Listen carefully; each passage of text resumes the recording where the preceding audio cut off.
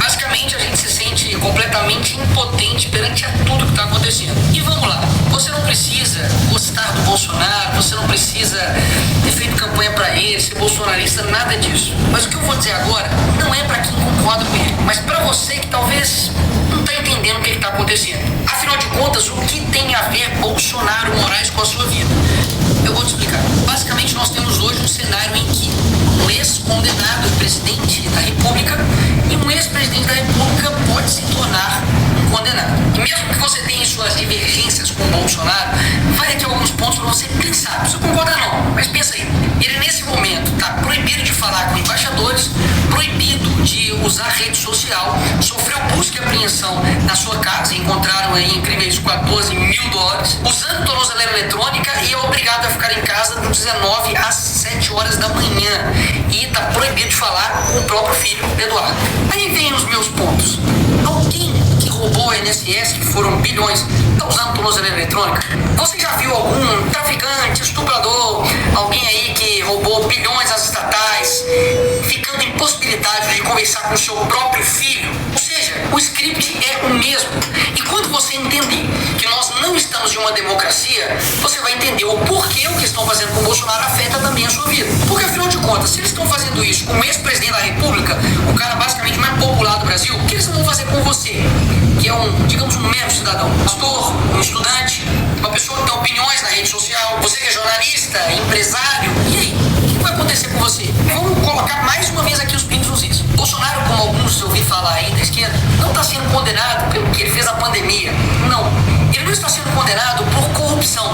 Não. Ele literalmente está sendo condenado por uma tentativa de golpe.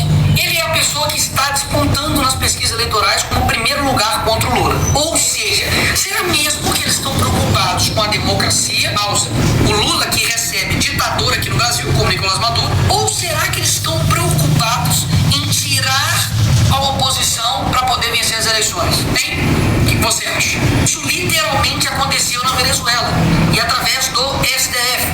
Ou seja, a Suprema Corte de lá faz exatamente o que a Suprema Corte daqui está fazendo, especificamente na figura do Alexandre de Moraes. Me parece que no Brasil não tem mais nada mais importante para poder se combater, sei lá, tipo crime organizado. Afinal de contas, Comando Vermelho, PCC e todos os outros que estão aí estão literalmente destruindo a vida de pessoas, matando, roubando, sequestrando. Mas a preocupação principal da nossa Suprema Corte, da nossa Polícia Federal, pelo visto, é uma pessoa que, enfim, tentou dar um golpe lá dos Estados Unidos, em EAD, virtual. Ainda fizeram uma manchete como se $14 mil na casa dele fosse uma coisa, assim, absurda. Ah, bicho, eu sou crente, não posso xingar. Mas a vontade que dá de falar, velho, vai pra... Porque nós tivemos agora, na história recente do Brasil, corruptos com malas e malas e malas de dinheiro na casa. E o que aconteceu com esses caras? É isso mesmo, nada. Pessoas que foram condenadas por 400 anos, como o Sérgio Cabral, tá agora sendo influenciador no Rio de Janeiro, gravando videozinho. Então, peraí, você não precisa gostar do Bolsonaro, não. Mas, pô, falar comigo que o que tá sendo aí possível de condenação dele, 43 anos de cadeia, é algo razoável? Fazer isso daqui com uma pessoa só porque aí tem vários indícios, possibilidades de golpe, que, convenhamos aqui, teve uma arma apreendida, as pessoas que estavam lá, sei lá, a faixa etária era de 50 a mais. É óbvio que é errado, já deixei claro várias vezes aqui, errado quebrar, errado bebedar, e as pessoas têm que pagar por isso. Agora, meter 17 anos em um cara que pegou lá a bola do Neymar autografada, 17 anos, galera. Você pode achar que isso é mentira, mas não, pesquisa aí, duvida do Nicolas. A Débora, que um batom escreveu perdeu mané. Então essas mesmas pessoas que estão usando a palavra democracia para poder aplicar penas desproporcionais a cidadãos comuns que nunca cometeram um crime antes na vida deles, vão até a casa do Bolsonaro e quer pintar nele um crime de golpe de Estado. Sabe o que é golpe? Golpe é lavar dinheiro, é quebrar estatal, é desviar bilhões de reais. Isso sim é golpe. Sabe o que é golpe? É um juiz que não teve uma caramba de um voto, que não é representante de ninguém e não tem legitimidade para poder tomar as decisões, tomar todas as decisões do Brasil. Ou você não sente isso? De que tudo o Alexandre de Moraes decide. E um ponto importantíssimo, tudo isso aconteceu um dia depois do Donald Trump mandar uma carta assinada por ele em apoio ao Bolsonaro, deixando claro que as perseguições, que tudo está acontecendo com ele é uma injustiça, é caixas bruxas e, obviamente, poxa, estão fazendo isso para poder tirar ele das eleições. E nessa parte, a esquerda me vem com, e a soberania do Brasil, Nicolas, e a soberania do Brasil? Eu concordo que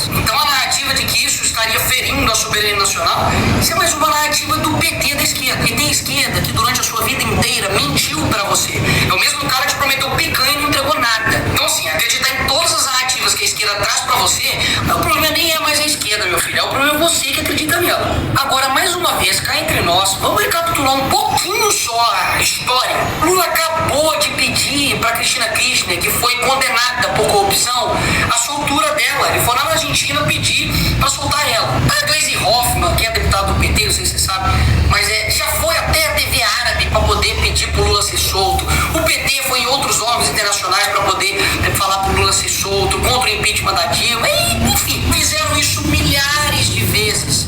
E aí, no caso deles, é ajuda. Não, nós estamos aqui ajudando. Aí, quando é o Eduardo, aí não. Aí é ataque à soberania nacional, é crime. Peraí, eles não fizeram isso a vida inteira.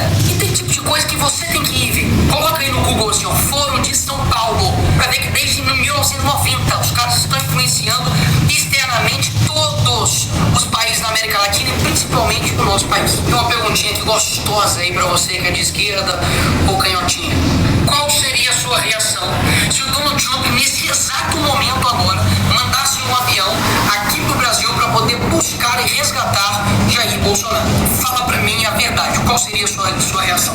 Ataque a soberania, pipipipopopó e não sei o que, não é? Mas foi exatamente isso que o Lula fez com a ex-primeira-dama do Peru, que foi condenada por corrupção. Usou o seu dinheiro de pagador de impostos, usou um avião das Forças Armadas brasileiras para poder ir lá e resgatar ela. Opa, peraí! O Lula não tá ferindo a soberania, não? Ou seja, todo o script é o mesmo. Eles fazem a coisa errada, destroem o país, colocam a culpa no outro e depois criam um caos e depois se apresentam como uma solução. Mas e aí, Nicolas, o que nós vamos fazer?